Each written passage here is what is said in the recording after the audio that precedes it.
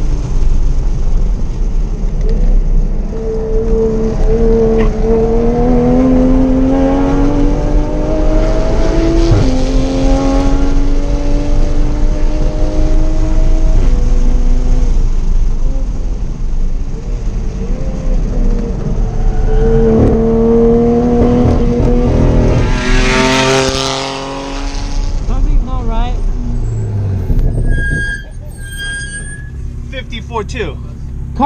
Cutting out. Is that? Cutting out. All right, Traction again.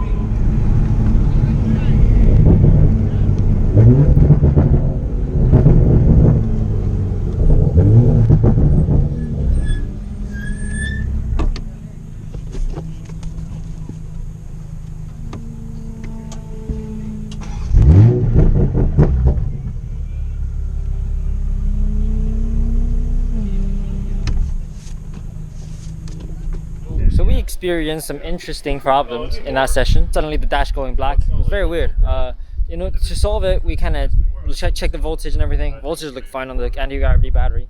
And in the end, we had to just take the terminals, both terminals, off the car, let it sit for like 15 minutes, put it back on, and the dash came back on again. So yeah, electrical gremlins with a BMW, you say, like as if that's any surprise. We just have to deal with it. It's okay. Otherwise, the car drives fine. We're still experimenting with where the right hand sensor sits and everything to try and get the traction control to start kicking in. Because I got one lap last session and we did a 54.2, which is my fastest lap around this track. And that was my first real lap around in the car with the Supra. And you know, as you see, it's like this close to Mount Rohana the whole time. And, you know, I enjoyed the lap, but that was not a time attack lap. So once we get some, you know, actual seat time in it, get some setup figured out, we're actually raising the rear a little bit to try and compensate some of the understeer you can see in the high-speed stuff. I think there's a 52, 51 in it, like if not a 49. This thing is quick. This thing is really, really quick. Hopefully the fast times will come. Hopefully the good times will come.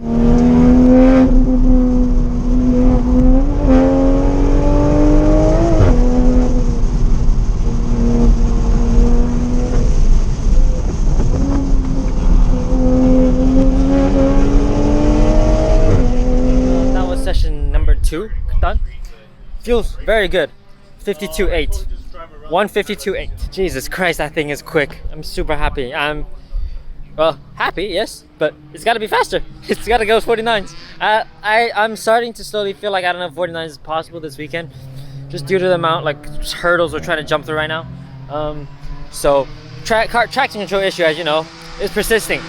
I get one lap. And after one lap, the traction control turns on. Quite literally taking time attack, you only need one lap to quite an extreme here. I'll fancy show that, yeah. Oh, you're looking at me now? Yes. The other problem, I think, we're still struggling with a little bit of on-power understeer.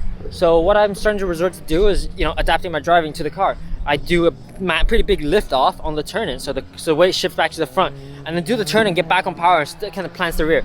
This way the car kind of turns, it gets a good turn-in, you know, which is really pretty important. But yeah. Ideally, we want that rear to be a little higher, just to get some ride height, just to get some actual rake going, instead of kind of like right now is like a reverse rake, where the back of the car is lower than the front of the car. It looks kind of weird and janky, but it's whatever. We're limited on what we can do here, so doing our best, trying our best, hoping for another second. If I can get another second today, I round off today with a 51. Good, 51 something.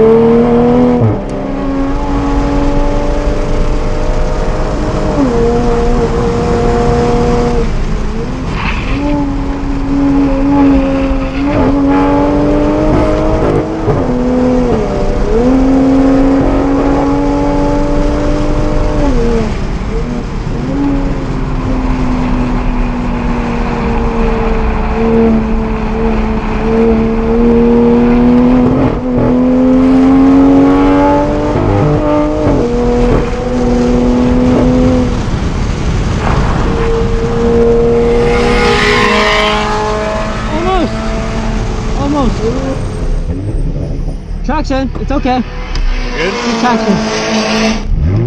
Go again? Good to go? Let's hope so.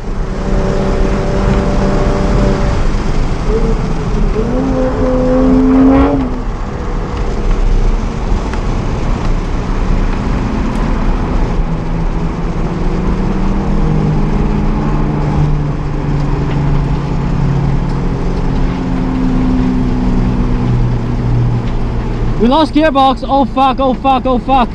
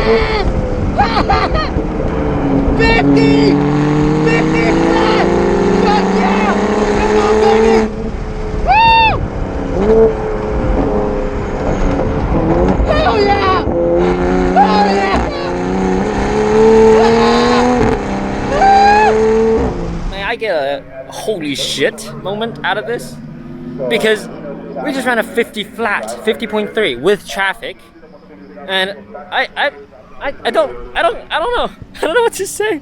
I mean, I'm genuinely insane, like blown out of mind by that car. Totally beyond expectation. I think at first all the expectation we had was run a 53 and then go home happy.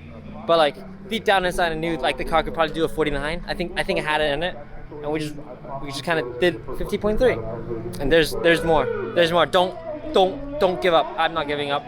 We're gonna try and find the next session. Ground is still like reasonably cold. It's not super hot. I hope the track isn't too dusty. And we now have still like last of group 2. We can still get that good starting spot. I'm gonna drop out a little more. Really hit it that next one. Really give it everything. If we gotta send it, we gotta send it. Because you gotta understand, Sean right now is leading group street class with a 48.6. I mean, hell, good life guy, I love him. And then 2 STIs are locking out second and third with a 49.9. We're 4th in street overall. 4th out of 40 people with a car on shakedown. We built a monster. We actually built a monster. I cannot wait. I'm gonna give it my all, because this isn't just like for bragging rights. This is for a podium. This is for an actual podium.